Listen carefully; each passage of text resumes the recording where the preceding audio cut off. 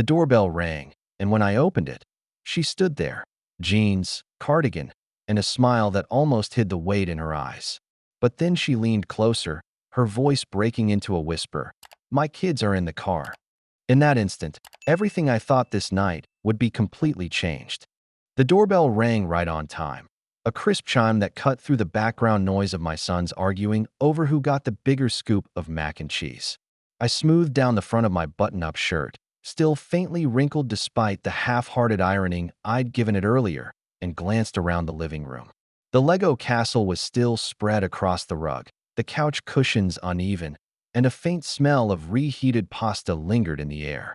It wasn't the kind of polished impression people usually hope for on a first date, but it was my life, and I was too tired to disguise it. I told myself this was just dinner, not a declaration of anything bigger. My sister had bullied me into downloading that dating app, and for weeks I'd hovered between deleting it and pretending it didn't exist. Then Aaron's profile had shown up, soft brown eyes, a love for dogs and bookstores, the kind of smile you couldn't fake. We'd traded small jokes, stories about bedtime battles and school projects, just enough to make me curious about who she really was. Tonight was supposed to answer that. I opened the door, and there she was. Erin. She looked a little shorter than I'd pictured, dressed simply in jeans and a cardigan, her hair pulled back in a way that made her seem almost younger than in her photo. But her smile, it was the same. Warm, unforced, the kind of smile that suggested she'd spent years holding things together, choosing kindness when life didn't make it easy. For a beat, I just looked at her, grateful and nervous all at once. Then she leaned closer. Her voice barely rose above a whisper. "My kids are in the car." The words landed heavier than I expected, weighted with something more than information. It wasn't just that she had kids, I did too. It was the way her voice cracked slightly, as though she'd rehearsed that sentence a dozen times and still wasn't sure if saying it out loud would ruin everything.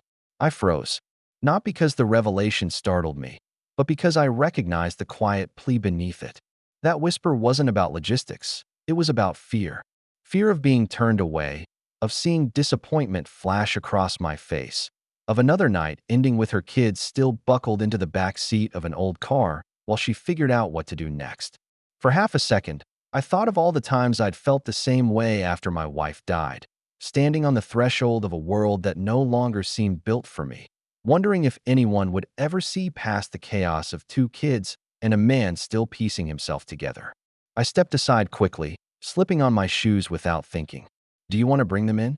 Her eyes darted past me into the house, catching sight of the clutter, the mismatched furniture, the boys' drawings taped unevenly along the hallway wall.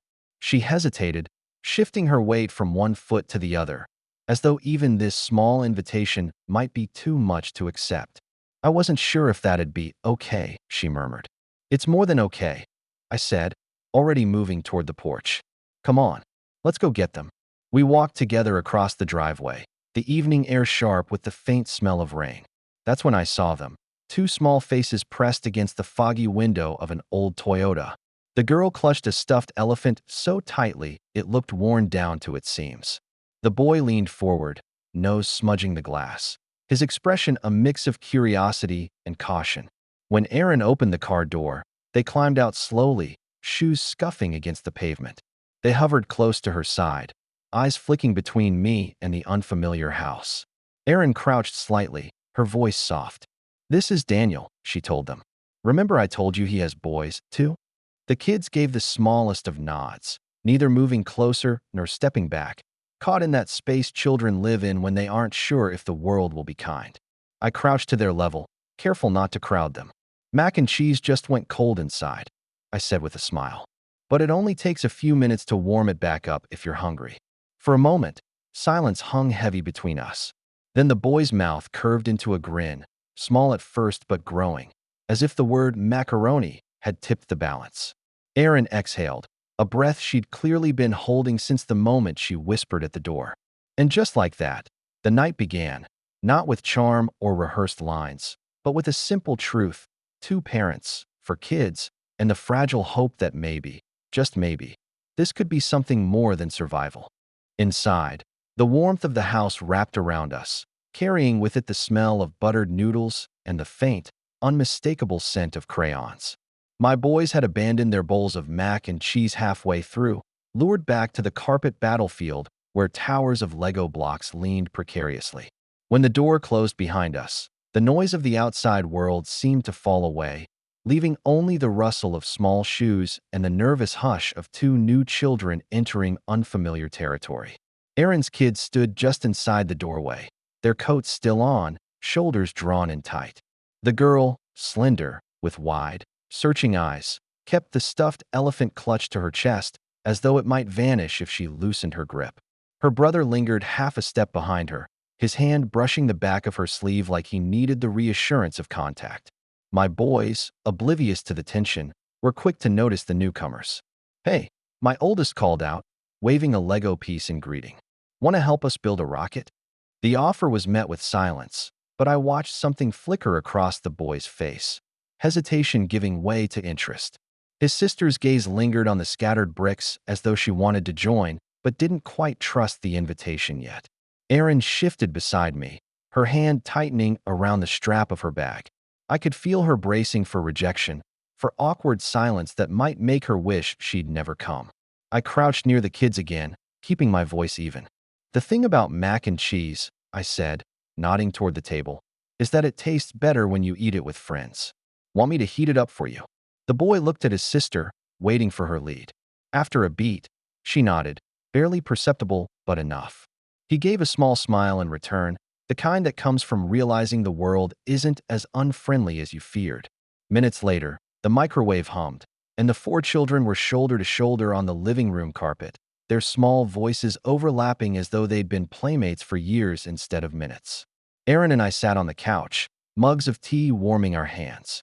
The sight of our children scattered across the rug, laughter bubbling up in bursts, made the room feel less like mine and more like ours. I glanced sideways at Aaron. She looked exhausted, her smile faint but real, her posture still guarded. She traced her finger around the rim of her mug before finally speaking. "That whisper at the door," I said gently. "You okay?" She didn't answer right away.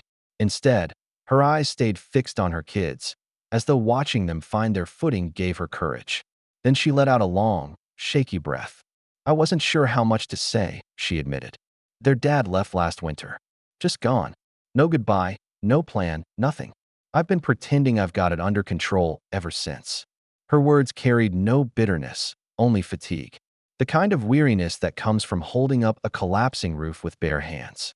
I nodded, not to fix it, not to tell her everything would magically be okay, but to show her I was listening. "We stayed in the car for 2 weeks," she continued quietly. "I told the kids it was a camping trip. They believed me until the nights got too cold. Then a friend let us stay on her couch, and eventually I found a place." But her voice cracked, and she pressed her lips together. "That's why I hesitated tonight. I wasn't sure if this was even something I deserved." Her words struck something deep inside me. I remembered nights after my wife passed, nights when the house felt like a cavern, when I convinced myself no one would ever want a man dragging grief and two restless boys behind him. I'd believed I was too much of a burden, too broken to deserve another chance at happiness. I set my mug down carefully, afraid the sudden lump in my throat might spill it. "I know what that feels like," I said softly. "Thinking you're too much. Thinking no one would ever want the mess that comes with you." Erin looked at me then, her eyes glassy, but she didn't flinch. "You didn't need to whisper," I added, my voice steady.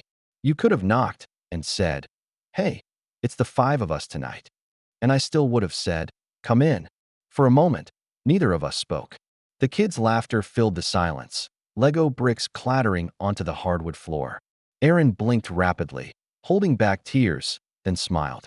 A real smile, stripped of defenses. "Thank you," she whispered. I leaned back, watching her children build towers beside mine, as if they'd been waiting for this moment all along. Something shifted quietly inside me. Not a grand revelation, just a gentle reminder that broken doesn't mean unworthy. Sometimes it just means ready for something new. The next morning started like most of them did, with smoke curling from the skillet because I'd once again overestimated my ability to flip pancakes without burning them. My youngest stumbled into the kitchen in dinosaur pajamas, rubbing his eyes, hair sticking out in every direction. He tugged at my shirt with urgency only kids could muster. "Dad," he asked, "when are the other kids coming back?" I want to show them my Lego castle. I smiled, though my chest tightened in that complicated way between joy and ache. Not today, buddy, but maybe soon. I hadn't stopped thinking about Erin since she'd left. About the way her daughter clung to that stuffed elephant, how Erin's eyes kept scanning the room like she was waiting for something to break, and about the smile she gave me when I told her she didn't have to whisper. It wasn't just that she was beautiful. It was that she carried the same kind of weight I did, the kind you don't brag about but can't set down either. That afternoon, Erin's pulled me to the grocery store.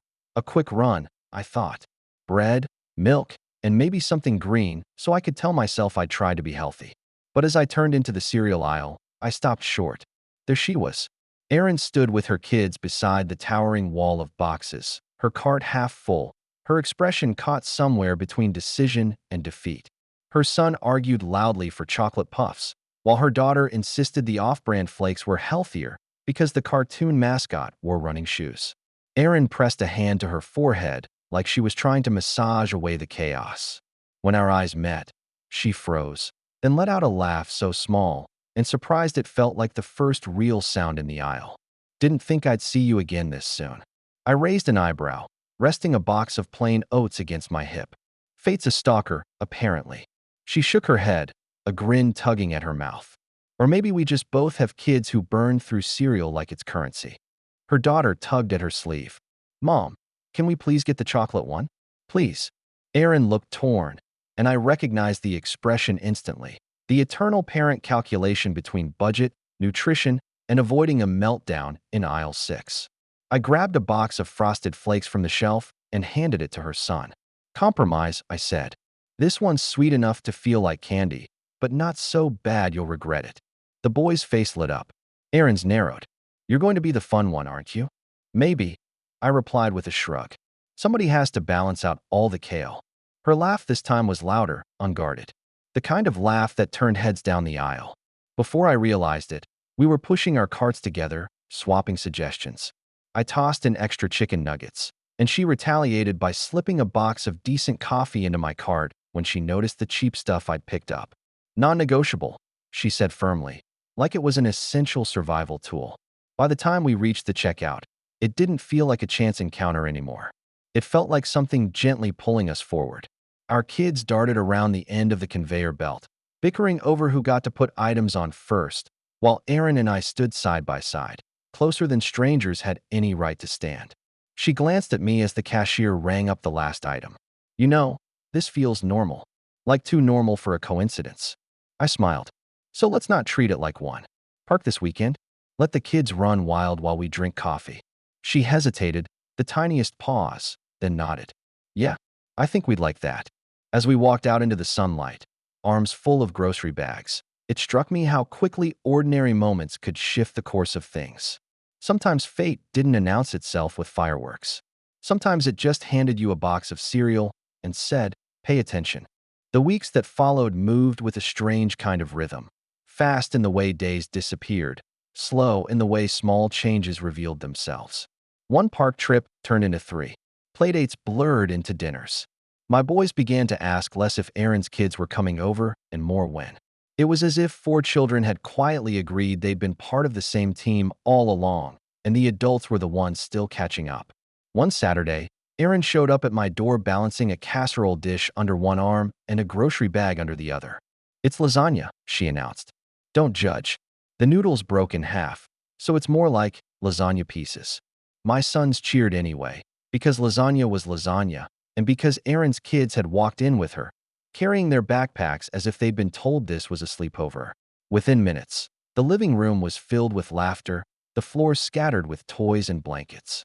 Erin and I stood in the kitchen, side by side, setting the table for 6 like it had always been this way. It was during one of those evenings, after dishes were stacked, after cartoons had dulled the noise of 4 energetic kids, that Erin's son, Liam, stopped me at the door as I was heading out to take the trash. Daniel, he asked, small voice carrying more weight than he knew. I turned, balancing the bag in one hand. Yeah, buddy. His eyes flicked to his mother, then back to me. Can we call you Uncle Daniel? The question made me pause, bag slipping slightly in my grip. It wasn't rehearsed, wasn't prompted. It was simple, direct, the kind of request that carried trust tucked inside it. For a second, I didn't know what to say. Then I crouched down to his level. "Yeah," I said, my throat tighter than I expected. "Of course you can." Something in his shoulders relaxed. He gave a quick nod and darted off, calling for his sister to join the game in the next room. Erin had overheard. She was standing by the counter, a dish towel in her hands, frozen mid-motion. When I met her eyes, I saw tears pooling there, not the kind born of sadness, but the kind that come when a door you thought was locked forever opens just a crack. She didn't speak right away. She didn't need to. The look said everything: gratitude, fear, hope. Later that night, when the kids had finally collapsed into a pile of blankets in the den, we found ourselves in the kitchen again, rinsing plates. The steady rhythm of water and clinking dishes filled the silence. Then Erin broke it, her voice low.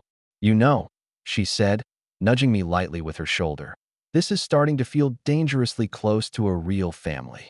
I smirked, glancing at her. What gave it away? The screaming kids or the burnt spaghetti I tried last week? She laughed, the sound soft but full. For a moment, we stood there quietly, shoulders almost touching, the room humming with a peace I hadn't felt in years. Her voice dropped again. "I was so scared to bring them that first night. Standing on your porch, whispering like I was admitting to a crime. But I had no choice." I dried my hands and looked at her. "You did have a choice. You chose trust. That's the bravest thing anyone can do." She met my gaze, and for the first time since we'd met, she didn't look like she was waiting for something to go wrong. She looked like she belonged. It was a Thursday evening, the kind that draped the sky in dull gray and made everything feel heavier than it should. I had just finished loading the dishwasher when my phone buzzed against the counter. Erin's name lit up the screen. "Hey," I answered, drying my hands.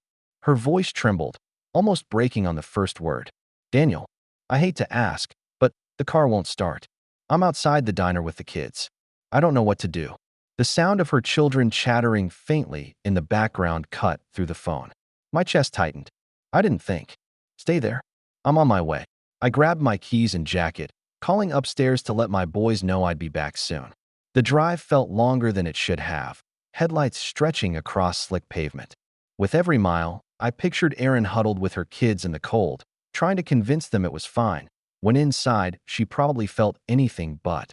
I knew that act well, pretending you were unshaken when every part of you was fraying. 15 minutes later, I spotted the old Toyota parked crooked under a dim streetlight, its windows fogged from the breath of 3 people trying to stay warm. I pulled in beside it and killed the engine. When I opened her driver's side door, the scene hit me harder than I expected. Erin sat stiffly behind the wheel, her hands white-knuckled on her lap. The kids were curled up in thin jackets, shivering against the cold vinyl seats. Her eyes flicked up to mine, wide with embarrassment. "Daniel, this is too much," she whispered. "I can't keep." I cut her off gently, crouching so we were eye level. "You're not a burden, Erin. You hear me? You're family now." Her mouth parted, as though she wanted to argue, but no words came. I reached out a hand. "Come on, let's get you all out of here." One by one, I guided the kids into my truck, wrapping them in spare blankets from the back seat. Erin followed slowly, still caught between shame and relief, until she slid into the passenger seat. She stared ahead as I pulled away, her silence loud with all the things she was afraid to say. Back at my house, the boys scrambled into action the moment they realized Erin's kids were cold. They fetched socks, blankets, and their favorite cartoons, chattering proudly as though hospitality were a competition. Within minutes, Erin's children were sitting cross-legged in front of the fireplace, cups of cocoa warming their hands, cheeks flushed with comfort. In the kitchen, Erin stood by the counter with a mug of tea, her back to me. I could see her shoulders trembling slightly, not from cold, but from the weight of finally letting someone else step in. "You're too good," she whispered when I joined her. I shook my head. "No, I'm just someone who gets it. Who's been there." Her eyes lifted to mine, brimming with something unspoken. Slowly, she reached out and let her fingers brush against the back of my hand, tentative, like testing whether the world would allow this small act of trust. "You made us feel like we belonged," she murmured, "like we weren't just some detour in someone else's life." I covered her hand with mine. "You're not the detour, Erin. You're the road." Her breath hitched, but she didn't pull away. And in that moment, our kids' laughter drifting in from the living room, the soft glow of the fireplace spilling into the hall. I realized it wasn't about rescue. It was about presence. It was about choosing each other again and again, even on nights when the car won't start and the world feels too heavy. A month later, the auditorium buzzed with the kind of nervous energy only school events could summon. Parents jostled for seats, clutching phones and camcorders like weapons in a friendly battle for the best angle. The stage curtain rippled as children peeked out, scanning the audience for familiar faces. I sat beside Erin, our shoulders brushing in the two small folding chairs. Her daughter perched 2 rows ahead with classmates, clutching that ever-present stuffed elephant, its faded ear poking out of her backpack. My boys wiggled on either side of me, whispering about when it would be their turn to read their lines. Erin's son, Liam, stood near the back of the group, fidgeting with the hem of his shirt. When his name was called, he shuffled to the microphone, the paper in his hands shaking slightly. I held my breath. He looked out into the crowd, eyes scanning wildly until they landed on us. On Erin, sitting upright, lips pressed tight, but smiling with everything she had. On me, leaning forward, giving him a thumbs up like it was the most natural thing in the world. Something shifted in his posture. His voice, wavering at first, grew steady as he began to recite his poem. The words weren't perfect. He stumbled once, cheeks reddening, but he kept going, determined. When he finished, applause erupted, louder than polite encouragement, fueled by the pride of people who knew how hard he'd worked to stand there. Erin clapped with both hands, her eyes wet. I clapped too, but what I felt was more than pride. It was a kind of fierce protectiveness, as though his victory was mine to defend. Later, when it was my youngest's turn, he bounded onto the stage with all the confidence in the world. He misread a line halfway through, grinned at his mistake, and waved to the crowd like he'd planned it. The audience laughed with him, charmed. I shook my head, grinning, while Erin pressed a hand over her mouth to muffle her own laughter. When the curtain fell and the lights brightened, chaos ensued. Children racing to find their parents, teachers trying to herd them toward the exit. Our 4 kids found each other quickly, their chatter filling the space around us as they tugged on sleeves and demanded celebratory ice cream. We ended up crammed into a booth meant for 4 at a local diner, the table covered in dripping cones, napkins balled up to catch the mess. The kids laughed so loudly the waitress shook her head and smiled, refilling our water glasses without being asked. Erin and I sat across from each other, exhausted but content, the noise of 6 voices merging into something that sounded a lot like family. Afterward, I walked them back to their apartment. The night air was cool, carrying the scent of cut grass and car exhaust. The kids bounded ahead, already recounting their favorite parts of the evening, while Erin lagged slightly behind, her pace slowing as we reached the door. She stopped on the small landing, turning to face me. Her expression was soft, almost uncertain, as though she was weighing whether to speak. "Do you remember that night?" she whispered. "When I stood on your porch and said, 'My kids are in the car.'" I smiled, the memory as vivid as if it had happened hours ago. "I remember. I was terrified you'd change your mind." I leaned closer, lowering my voice. "That night, I didn't just meet you. I met them. And somehow, I met a part of myself I didn't know was still alive." For a long moment, neither of us moved. The streetlight above us flickered, the kids' voices fading as they slipped inside. Erin's eyes glistened, but she didn't cry. Instead, she stepped forward and rested her head on my shoulder. No words, no hesitation, just presence. She wasn't whispering anymore. She didn't need to. As weeks turned into months, our lives settled into a pattern that felt less like coincidence and more like choice. The kids had their rhythms: school, homework battles, soccer in the backyard, and Erin and I had found a rhythm too, one that stretched beyond grocery store runs and family dinners. It began quietly, almost without intention, when Erin suggested we attend a volunteer meeting at the local community center. "They're asking for help with the food drive," she said one Saturday morning, tying her hair back while her kids tumbled around the living room with mine. I thought, maybe we could go. I studied her face as she said it. This wasn't just about giving canned goods or stacking boxes. It was about reclaiming something: dignity, belonging, the ability to give when once she'd had nothing. So we went. The community center smelled faintly of coffee and dust, the kind of place patched together by determination more than money. Folding tables lined the gym, stacked with canned beans, rice bags, and donated toys.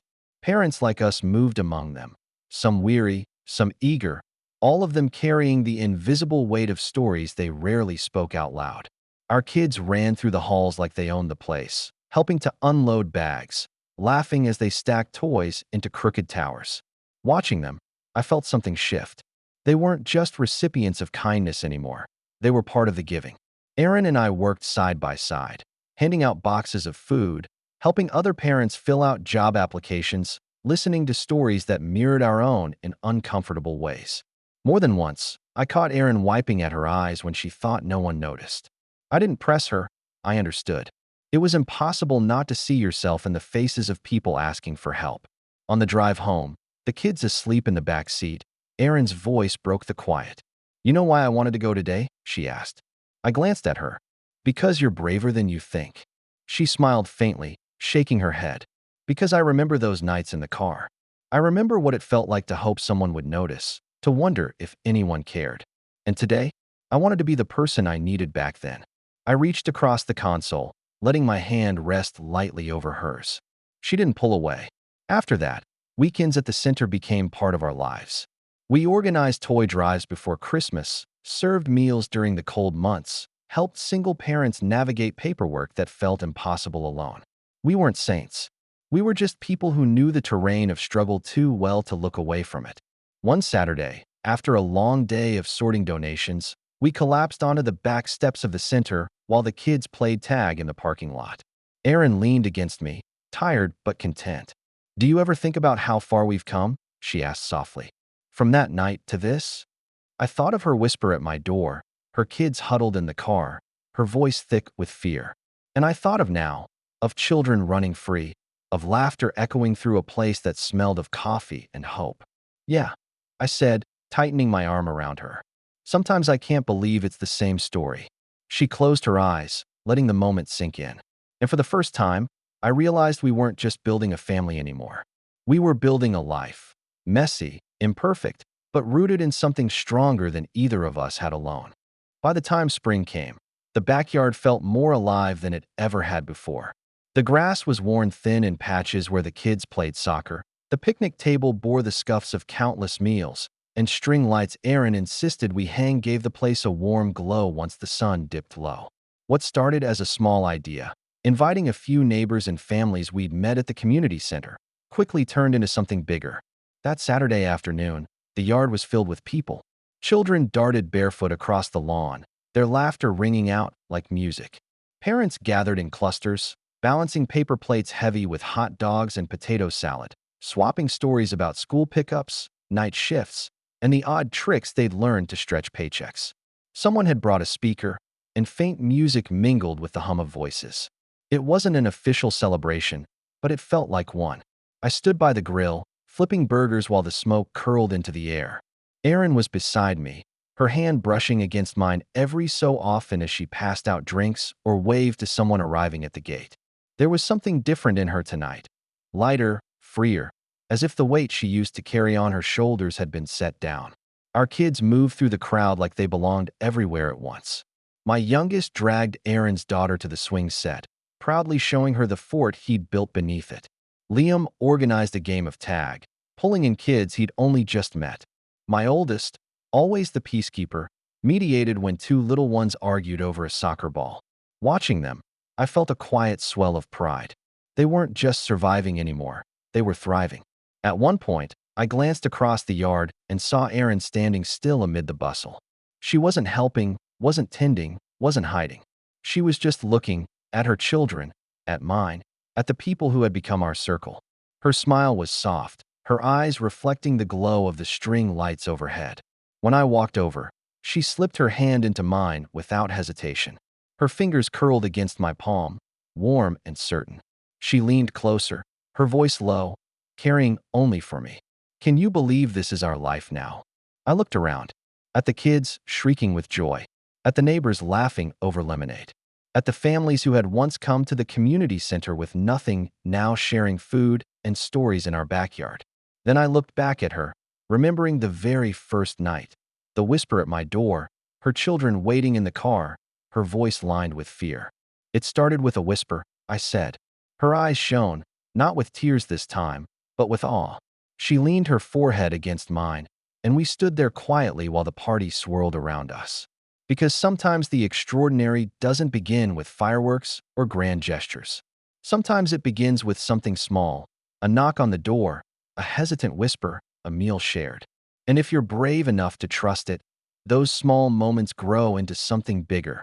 Families rebuilt, futures reshaped, hope rediscovered. That night, as the last guest drifted away and the kids fell asleep in a heap of blankets inside, Aaron and I sat on the porch steps, watching the glow of the string lights fade against the stars. Neither of us spoke. We didn't need to. The silence between us was no longer empty. It was full of presence, of belonging, of a life we had chosen together.